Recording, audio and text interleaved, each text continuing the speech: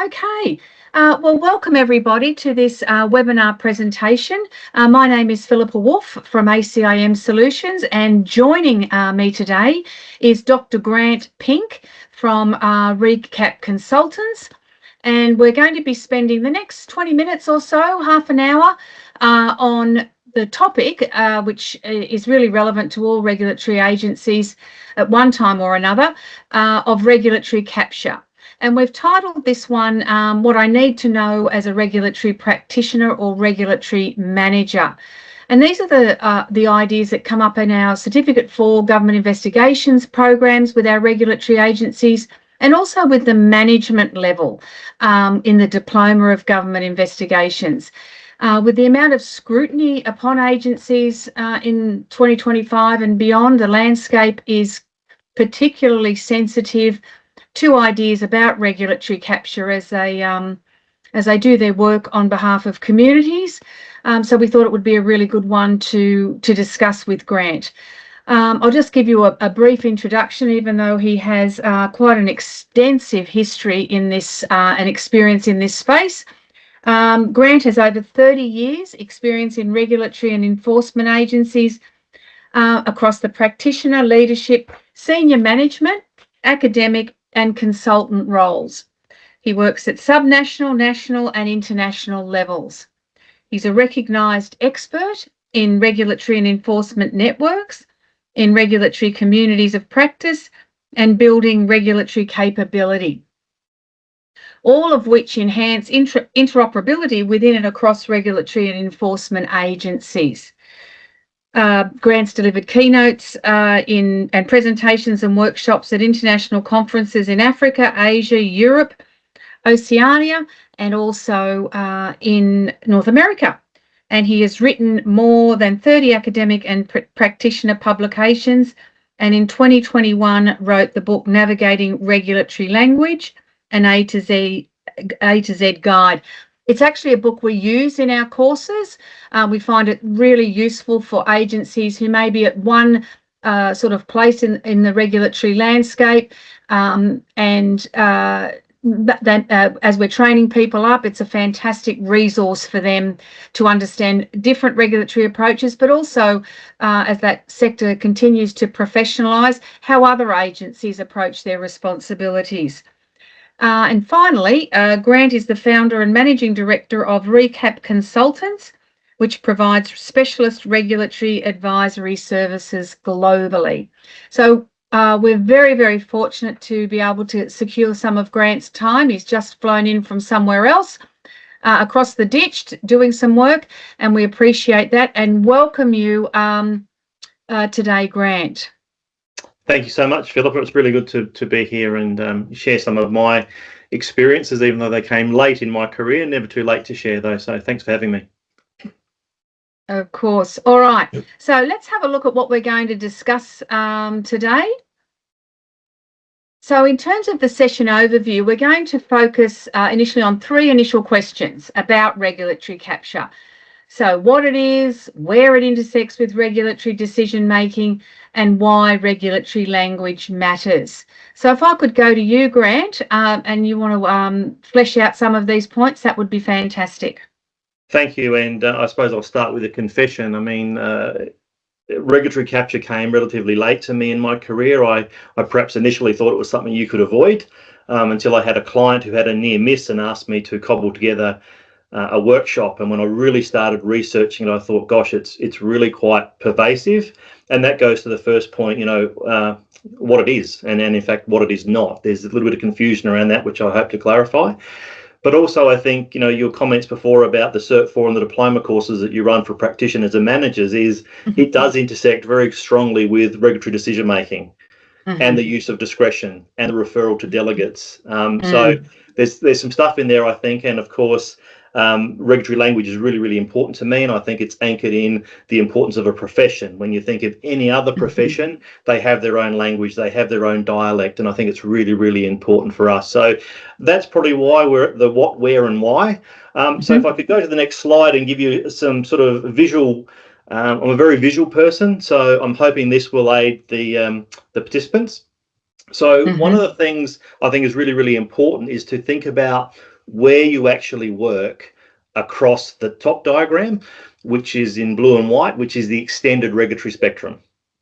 So that, of course, reflects when regulatory regimes or acts are first put in place and designed, right through to the other end where we actually evaluate the regulator's performance to see, one, if the policy outcome was achieved, and then also how the regulator actually went at achieving that.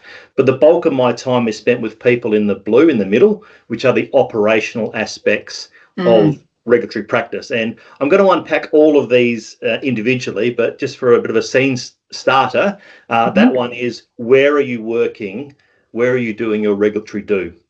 The second one is a pendulum, and that has a little bit of, too hard, too soft, just right. I'm not suggesting that the middle is accurate, that where it actually fits will be context dependent, but the regulatory pendulum does swing.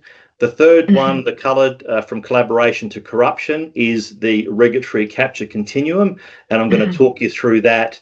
And I suppose the punchline is, it's as much as what you hear and feel as to what you can actually see. And then finally, going through all of these, and I will be precise in terms of the language I use, because not only do I advocate for a common regulatory language, I think we also have to be mindful that there are sub-dialects, if you like, along the way. So if you're dealing with the crime at the far right, and you're running a prosecution with a lawyer, expect to hear quite a few legal terms. If you are doing regulatory standard setting and licensing at the front end, and it's a very scientific and technical organization, expect to see a lot of standards and technical terms. So yes, we need a language, but we also need to be able to communicate with and across different dialects. So look, I hope those 4 visual aids are helpful to put a flag in the ground, but very happy to unpack them as we go through the questions. Absolutely. Okay. All right. So the first sort of question we thought we'd shape up would be around the approach, the regulatory approach. It's often called the pitch, or where the agency might be when it's taken by an organisation, can go from either very educative or what's known as a lighter touch regulation model to one that is more robust, involving greater use of powers or sanctions as part of driving compliance outcomes. And then they seem to sometimes go back to a more educative approach, which might have been as a result of a change in legislation, or even just a change in political position or social license the agency might have, or what's going on in the industry, some sort of, review or expose. So how do these swings from that sort of more educative approach right through to a very robust positioning impact on regulatory capture? Absolutely, and that's why I think in terms of the question, there are the 2 words that jump out. One is the approach that you've mentioned, and then secondly is the swing. So that approach is usually predetermined. We are in the phase of giving a lot of education and engagement, or we're at the other end, we're doing enforcement, and by extremes we might even be zero tolerance. You see zero tolerance a lot. I suppose where I first saw it was, when there's reference in the media to one punch knockout king hits with the police. So the police will have a zero tolerance on something, but equally regulators will have a zero tolerance if they're in work safe on ladders or forklifts from different time to time. So I think that would be the first comment, is for regulators to think about what is our current approach and where does it start and where does it finish. And also just appreciating that, change of government, change of minister, change of head of agency, change of resourcing, and I think you touched upon social license. There's also another regulatory theory concept which sits above and around that, which is the authorising environment, which is multifaceted. So these are all things that I think regulators need to be aware of in terms of their approach. So if we could go to the next slide, I might talk you through a little bit more about the pendulum. And where that goes. And as I said in the introduction, it's a bit of a Goldilocks feature, too hard, too soft, just right, but where it's just right. So I think, as I've sort of indicated just visually, to the far right would be your command and control, very punitive, very prescriptive, and what we tend to see in the criminal law. At the other end, there's probably in extremes, even off the dial, is no regulation, or sometimes called light touch. Sometimes, it could be self-regulation or co-regulation. I don't want to set the dial exactly because it's jurisdiction and agency specific, but all I'm showing here is that, it is largely out of your control as a regulator. And I'm not saying that as a bad thing or judgmental, but, we do work for the government, we do work for ministers. So whilst we can't absolutely, in all circumstances, control where that swing goes, I think we can perhaps slow it down. We can be prepared for it. We can look for some early signs, so to perhaps mitigate it more than anything. So so the regulatory pendulum is a real thing, and we need to be mindful of it. And I think probably one takeaway for your regulatory practitioners and managers is to be thinking about the regulatory tools and approaches they have at the far right, what they have at the far left, and in fact what are the tools that are agnostic and can be used irrespective of what model or approach that you are using. But regulatory pendulum is an important subset of our considerations around regulatory capture. Because it does come up, doesn't it? Because if agencies are in a very educative and supportive of industry position, it can look from the outside. The perception can be that they are enabling poor practices and too aligned to the industry that they're supposed to be regulating. So that it's important to be cognizant of that, I guess, as an agency that's that may be in that phase that you use some of the tools you're going to talk about to keep instilling confidence in the community that it can that they're not necessarily enabling bad practices or too supportive of an industry that probably is at a level of maturity that could and should do better. Yeah, look, and I think you're quite right. And a couple of key words that I would draw out from your comments there is, one, you have to think about why you're regulating in the first instance, and it is usually for the benefit of the public, for public benefit, for public good, in the public interest. Then I think you mentioned those who you regulate, and how close we get to them is a key aspect of regulatory capture for sure. Yeah, and what outcomes we're seeking and which is the best way to get there, the age-old problem for regulators. All right, let's have a look at question 2, please. Thank you, Kath. So, regulators often use different tools to support industry compliance, right from education and considerable investment in assisting the regulated community to be more compliant. We have quite a few clients that are relatively new regulators or that are going through a growing phase with their industry. Their industry's boomed, and so the regulator is keeping up with those new entrants to the industry. So they are in a very educative phase. And so this really does tie in that other point about how does the concept of regulatory capture fit in with this phase for agencies? How can they do this well and enable the growth in an industry of greater compliance, self-regulation, without being subject of that sort of perception? And can they?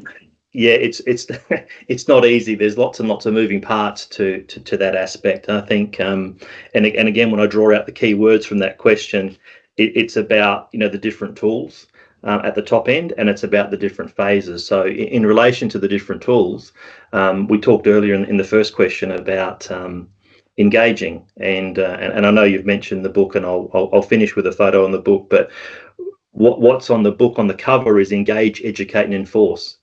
So they are the 3 main E's that regulators involve themselves in. They engage with the regulated community, they educate the regulated community, and they enforce the regulated community.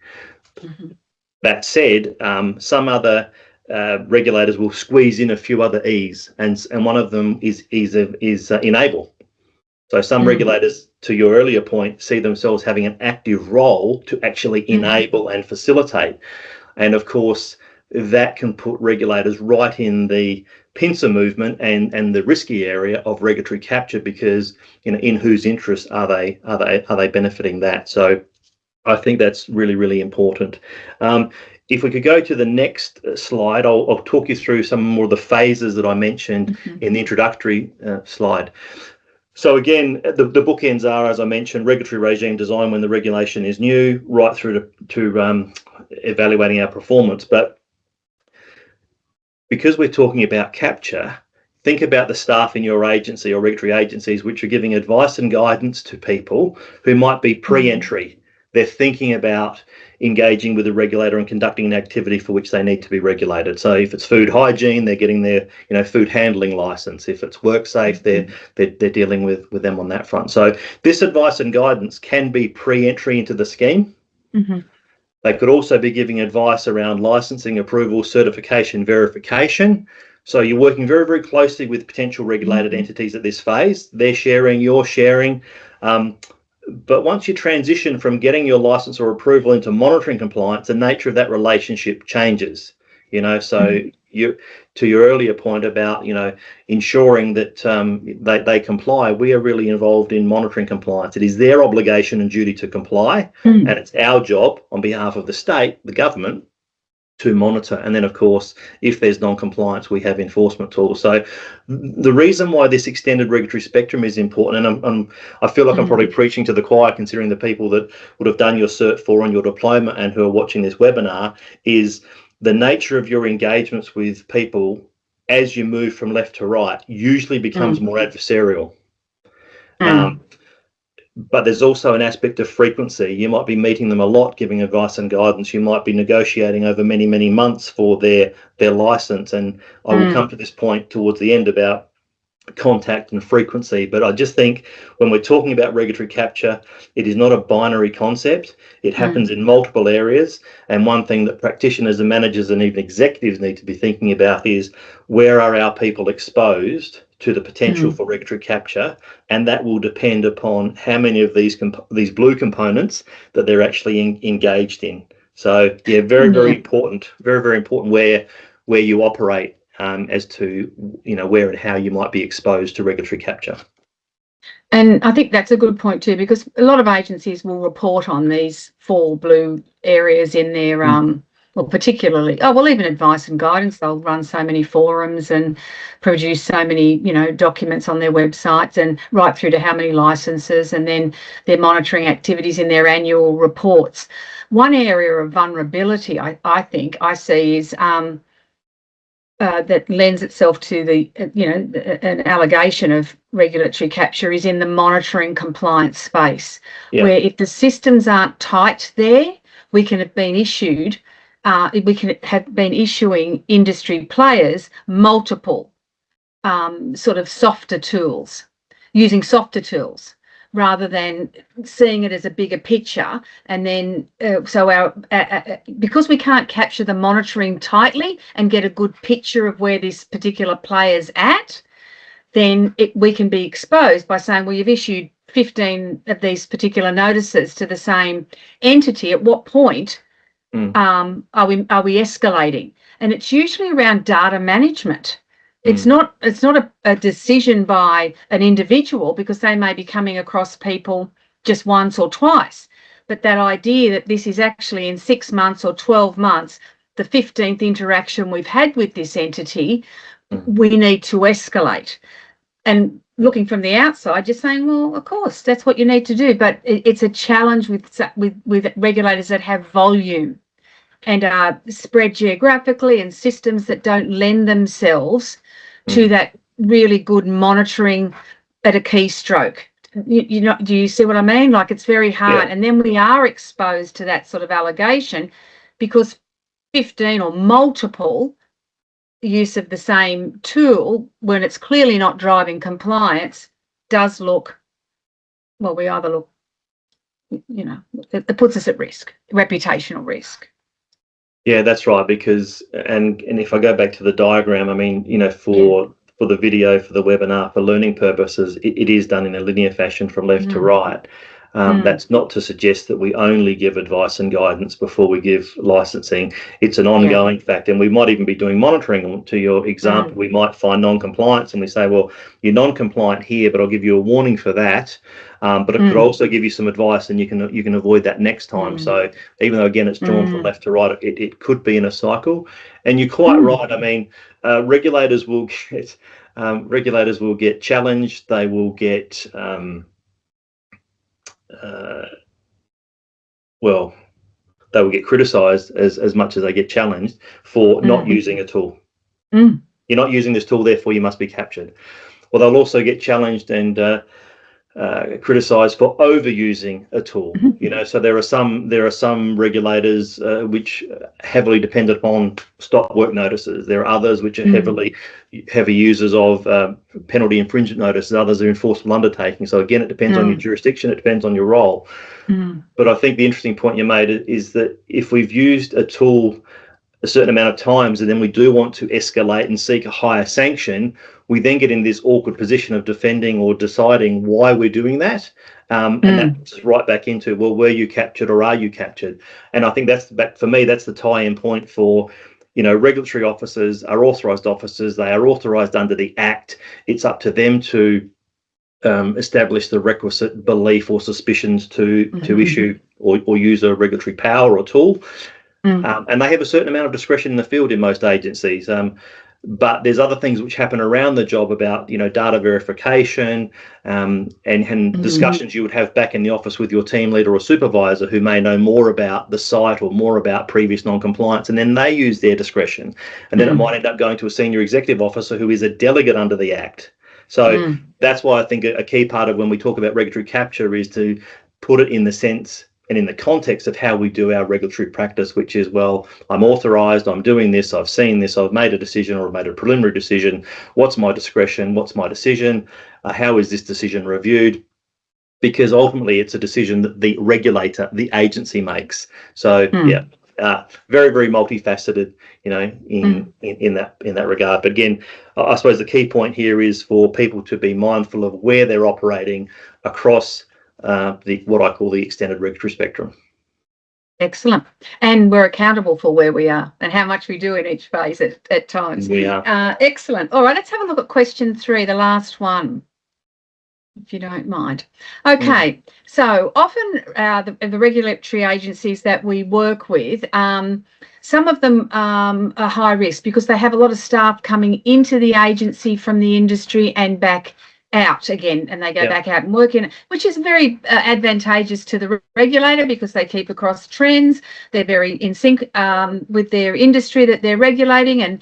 And of course, the downside is, you've got people coming in and out and they have relationships and they have a network and all of that.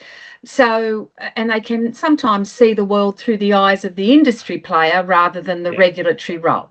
That's right. Well, that's the perception. So what practical strategies would you suggest for a manager who's working in one of those high-risk agencies where we get this large movement to manage the risks around regulatory capture at an operational level? Yeah, so again, to your first point about the staff movement, I don't think it's good. I don't think it's bad. It just is. There are absolutely some sectors there who regulators I'm now thinking of who have to go to industry to get the staff because it's such a highly specialised area. That's where you get the staff with the subject matter expertise of the sector. So, but again, anyone who's had even a quick look at regulatory capture probably has come across the concept of the revolving door, and that's exactly what it's talking about. You were regulated, now you're the regulator, now you're back there, or vice versa. So I think there are pros and cons. It's just about being professional, which I think also comes to your second point about how do we mitigate those risks.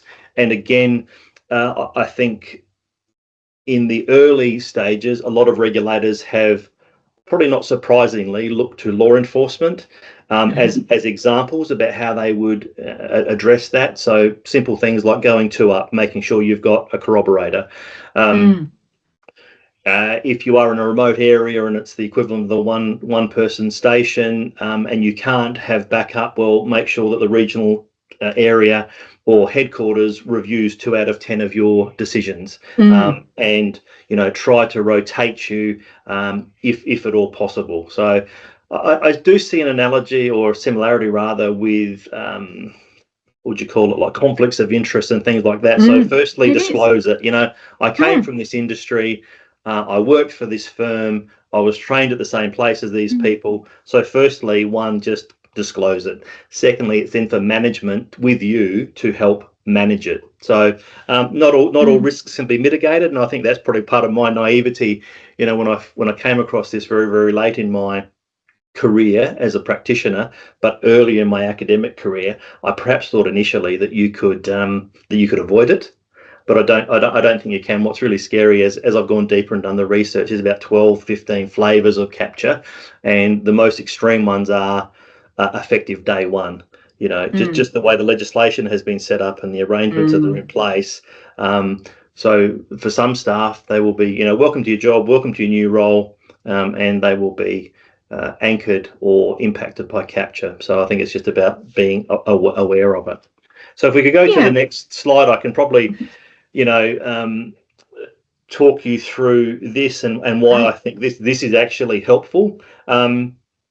Because the definition of capture varies depending on where you are sourcing that, but some will actually describe it as a unique form of corruption unique to regulators. For me, I think corruption is corruption, and it's clear what corruption is, and that's what I've tried to represent here as we go from left to right. Collaboration. We're required to collaborate with industry and those that we regulate. That's a part of knowing them and them knowing us. So that's why I've sort of set them up as bookends. But by the same token, in my experience, when you talk to people, they find it very, very difficult to explain what capture is. They know what corruption is. It's $50 notes in an envelope.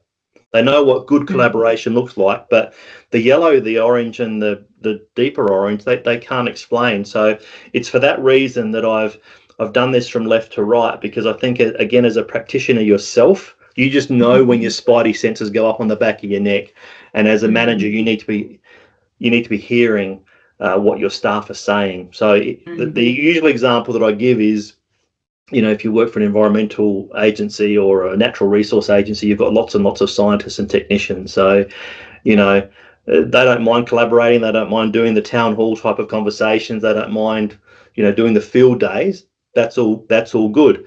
But when they're doing an assessment or when they're writing a report, they'll quite often say things like, well, I really feel conflicted where the science sits in with our departmental policy or what the legislation has, how it's explained this. I feel conflicted. They'll actually use that word or words similar to it. More extreme, look, I feel really compromised now as a scientist or a technician that I've been asked to do this or asked to write a report in a certain way. I feel compromised, and then it's, well, just throw your hands up. I think we're really captured. I think, X, Y, Z. So for me, have conversations with your staff about their disclosure of potential for capture, how you've got a management plan in place to treat it, but just talk to them. How are you feeling with this assessment? How you're feeling about this inspection? How you're feeling now you've drafted the report? So for me, it's quite often hard for people to describe, but they will just be tuned into the language they use and, of course, their feelings. But I don't want to leave this with giving you a false sense of collaboration is good, because I think collaboration done badly can be the thin end of the wedge and can actually introduce capture or potential for regulatory capture into your thinking. So so that would be that's the importance, I think, of at least having a visual to walk your staff through. I think it's just really useful to have the conversation and the systems and the processes. So as you were saying before with your staff, so linking into your conflicts of interest, system and process, and just evaluating regularly, is our approach getting a better outcome? Have we got a safer aged care and better quality services being delivered? Have we got a safer workplaces around the place? And if so, what's the indicators for that? and are our actions as a regulator actually translating to better outcomes and reduce community harm? So I think those processes are really useful, and as you say, it is highly dependent on the regulator, its resources, but also the industry and where it's at. So I think that's been really helpful. Is there anything else you want to add on any of the questions before we finish, Grant? Well, I think this is like two sides of the coin. So the first part of the regulatory capture continuum is just the diagram. But if we go to the next slide, I'll just give people three things to look out for. But again, I don't want to oversimplify this, because in my own consultancy, this is a whole one-day workshop where you unpack and you contextualize where your risks may be.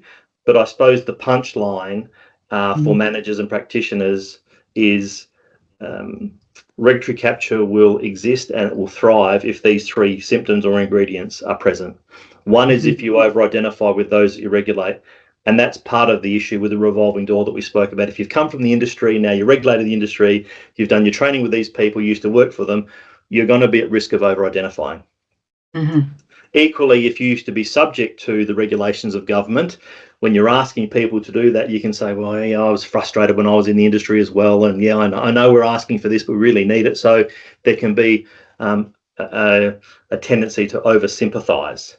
And of course, the last one, which I think goes back to your point about escalation, if the agency generally has done no or little enforcement, when those three ingredients exist, you really have to have a close look at what your risk for regulatory capture is. So I just think about the continuum and think about these 3 points. And then perhaps the last point on the next slide that I'd like to make is just the importance of language. And I think you've probably seen along the way that wherever I've had an image or a reference to perhaps a term, I've given the page number that it's in the book. So here on the book cover, this is what I was speaking about before. So, regulators engage, educate and enforce, but equally our risk of regulatory capture is different whether we're doing regulatory work or compliance assurance work or enforcement work, different things. So I think no matter what we're talking about, whether we're talking about where we work across the extended regulatory spectrum,